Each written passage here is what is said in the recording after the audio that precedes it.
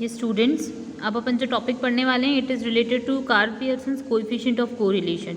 As you know that in last class we studied about the correlation, that what is the meaning of the correlation और क्या होता है, limitation वगैरह पढ़े थे हमने. अपन पढ़ते हैं कार्ल पियर्सन का कोएफिशिएंट ऑफ कोरिलेशन मेथड.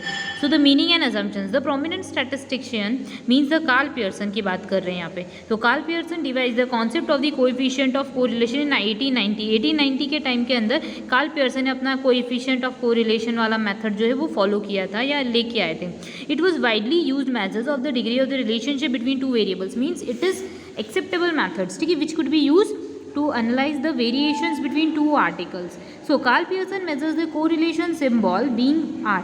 यानी जब हम Karl Pearson coefficient of correlation की बात करेंगे तो हम कैसे रिप्रेजेंट करेंगे सिंबल आर से, स्मॉल आर से. It is based on the arithmetic mean and standard deviation. आपको ये पता होना चाहिए कि हमने अरिथमेटिक मीन लास्ट चैप्टर में पढ़ा और स्टैंडर्ड डिविएशन भी प्रीवियस चैप्टर में पढ़ चुके हैं. तो it is based on that phenomena, मतलब वो लॉजिक या वो रूल्स जो हैं या फिर पहले हमें वो कैलकुलेट करना आना चाहिए. So the assumptions of KP's formula, यानी मैं कार्ल पियर्सन को केपीज फार्मूला बोलूँगी. So the two series sought to be correlated and affected by a large number of independent causes which bring about a normal distributions in the series. Means whatever would be your distribution of your series, जो भी आपकी series का distribution होता है उसके अंदर you have to analyse the two series या two variables and the forces affecting the distribution of item of the two series are related to each other in respect of the causes of the effect relationship. Mean it studies about the causes and effect relationship. जो भी दो series है उनको हमको analyse करना है. Then both of the series have the linear relationship, और दोनों सीरीज का कैसा रिलेशन होता है, linear relation. It would be the assumption, ये उनकी अजम्पशंस थी. अब इसके फीचर्स पढ़ते हैं. So silent features of KP's correlation would be indication of the direction. Means it shows you the direction that plus है या माइनस है, यानी कि पॉजिटिव है या नेगेटिव है. इंडिकेटिंग ऑफ द डिग्रीज, मतलब ये डिग्री के बारे में बताता है. Karl Pearson's coefficient of correlation lies between +-1, यानी +-1 के बीच में लाई करता है. तो +1 या -1 इसके बीच के जो आर्टिकल्स हैं, सॉरी जो नंबर्स हैं उनको लाई करता है. If it is +1 then we will have a perfect positive relation. अगर +1 होता है तो आंसर क्या है या फिर रिलेशन कैसा है, perfect positive, mean same direction में. And if it's -1 then it would be perfectly negative. अगर माइनस में है तो perfect negative. If it's 0 then there would be the absence of correlation, means there would be no relation. And the result is +-1, it may be different degrees. तो हम बोल सकते हैं कि there would be different degrees. +1 result आता है तो क्या होता है, -1 रिजल्ट आता है तो क्या होता है. Next would be more satisfying measures. Means KP's का जो फॉर्मूला है या मेजरमेंट का जो एस्पेक्ट है वो बहुत ही सेटिस्फैक्ट्री है. It is said to be more satisfactory measures as it is based on the arithmetic mean. ये काय पे बेस्ड होता है, we have to first calculate arithmetic mean and standard deviation. इसीलिए इस चैप्टर को बाद में रखा गया है कि आपको AM निकालना आना चाहिए प्लस SD निकालना आना चाहिए, फिर उसके अकॉर्डिंग आप देख पाएंगे. अब बेस्ड ऑन दी कोवेरियंस, ये किसके ऊपर बेस्ड होता है, कोवेरियंस के ऊपर बेस्ड होता है. So covariance is the arithmetic mean of the cross product, यानी जो भी आपके क्रॉस प्रोडक्ट है जैसे x - x bar y - y bar, it would be your cross product. तो उनका मीन निकालना हमको पड़ता है. It would be based on it, है ना, अपन ये बोल सकते हैं. सो कोवेरियंस इज फाइंड आउट, कैसे फाइंड आउट करते हैं कोवेरियंस, तो इसका फॉर्मूला होता है समेशन ऑफ x - x बार और y - y बार अपॉन में n. ठीक है, आप लोगों को पता है कि x बार यहाँ पे क्या डिनोट कर रहा है, अरिथमेटिक मीन को. ठीक है, तो अब अपन ये केपीज का जो हमने फॉर्मूला पढ़ा है इसको अपन इम्प्लाई करेंगे और यहाँ पे प्रॉब्लम्स जो हैं वो सॉल्व करेंगे. अब उसके बाद अपन को जो थ्योरी पोर्शन में पढ़ना है वो है कि मेरिट्स एंड डीमेरिट्स. तो मेरिट्स क्या हैं, तो it is widely used and important methods. तो KP's method is widely use, यानी जनरली एक्सेप्टेबल मेथड है. Next would be the precious and accuracy. Means there would be the accuracy, arithmetical accuracy, because it's based on your formula.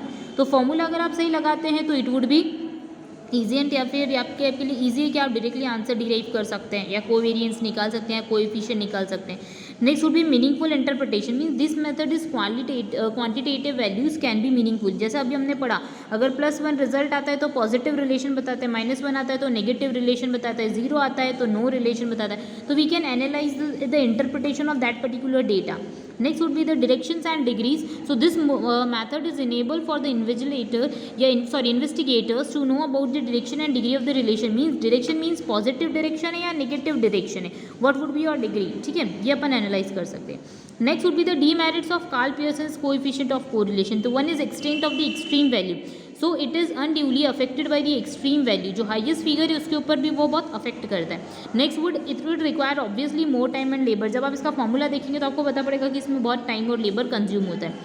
Next is that the assumptions of the linear relationship means the coefficient of correlations assume that there is a relationship, yeah, there is a linear relationship between the variables under studies whether exists and not. ठीक है, तो जो भी data है हमारे पास उसको हमको analyse करना है, स्टडी करना है। ठीक है, अब लास्ट जो थ्योरी कंटेंट होता है वो होता है स्पेरमैन्स का रैंक डिफरेंशिएशन वाला फॉर्मूला या फिर रैंक डिफरेंस मेथड कोरिलेशन। इसमें हम क्या करेंगे, डेटा को रैंक देंगे या फिर जो भी हमारे पास सीरीज होगी या वेरिएबल्स होंगे उनको। अब अपन पढ़ते हैं इसका डेरिवेशन कौन लेके आए थे और कौन ये कॉन्सेप्ट को लेके आए थे। So the professor Charles Spearman evolve the method of the rank differentiation या फिर rank difference for calculating coefficient of correlation. यहाँ पे उन्होंने कोएफिशिएंट ऑफ कोरिलेशन निकालने के लिए एक नया मेथड बनाया था। किसने बनाया था, तो चार्ल्स स्पीयरमैन ने बनाया था। It is also known as the Spearman's rank differentiation या डिफरेंस मेथड। इसको अपन स्पीयरमैन का रैंक डिफरेंट मेथड भी बोल सकते हैं। Rank correlation is denoted by the RHO या फिर हम P बोल सकते हैं। ठीक है, it is based on the rank of the variable. ये यहाँ पे रैंकिंग हमको करनी है। Variables are given rank according to their size के अकॉर्डिंग हमको क्या करनी है, सारे वेरिएबल्स की रैंकिंग देनी है। So it would be a theoretical portion. तो जब हम प्रैक्टिकली पढ़ेंगे तो आपको ये चीज़ें काफ़ी समझ में आएंगी। First rank is given to the item of the highest value, जो सबसे हाईएस्ट वैल्यू का आइटम उसको फर्स्ट रैंक दो, देन सेकंड थर्ड फोर्थ ऐसे रैंक देनी है।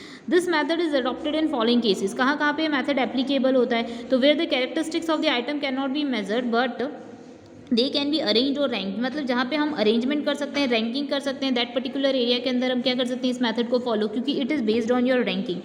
Next would be when data are irregular and extreme items are the erecting and the inaccurate। जब हमको एक्सट्रीम वैल्यू या फिर जब हमारे पास जो डेटा होता है वो अगर इरेग्युलर होता है, मीन्स प्रॉपर नहीं है डेटा। ठीक है, प्रॉपर डेटा नहीं, इट मीन्स डजंट मीन कि आपका डेटा कुछ भी दे रखा हो। प्रॉपर मीन्स जब हम उसको ऑर्डर के अंदर रैंकिंग में एनालाइज करके कोई आउटपुट या कोई इन्फॉर्मेशन गेन कर सकते हैं, तो उस कंडीशन में we are going to follow that particular method.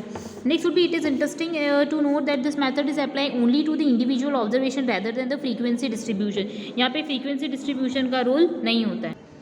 तो सिंपल सा यही लॉजिक है कि ये बहुत ही इंटरेस्टिंग मेथड है जब हमको फ्रीक्वेंसी के अकॉर्डिंग डिस्ट्रीब्यूशन नहीं देखना है। ठीक है, रैंकिंग के अकॉर्डिंग रैंक देना है या फिर रैंक दे के हमको डेरिवेशन निकालने की कौन सी चीज़ों की कौन सी रैंक है, तो वहाँ पे ये मेथड बहुत एप्लीकेबल होता है। इसका फॉर्मूला जो है वो सिंपल सा हमको दे रखा है। P मीन्स जब जैसा मैंने बोला rank coefficient of correlation 1 minus 6 summation of d की पावर 2 या d2 बोल सकते हैं अपन। Total of the squares of the rank difference बोलते हैं इसको n, और n to the power 2 minus 1। This is the formula. अब अपन इसके थ्रू बेटा प्रैक्टिकल क्वेश्चंस जो हैं उनको सॉल्व करने वाले हैं। ठीक है, वो अपन नेक्स्ट वीडियो में सीखेंगे। Thank you.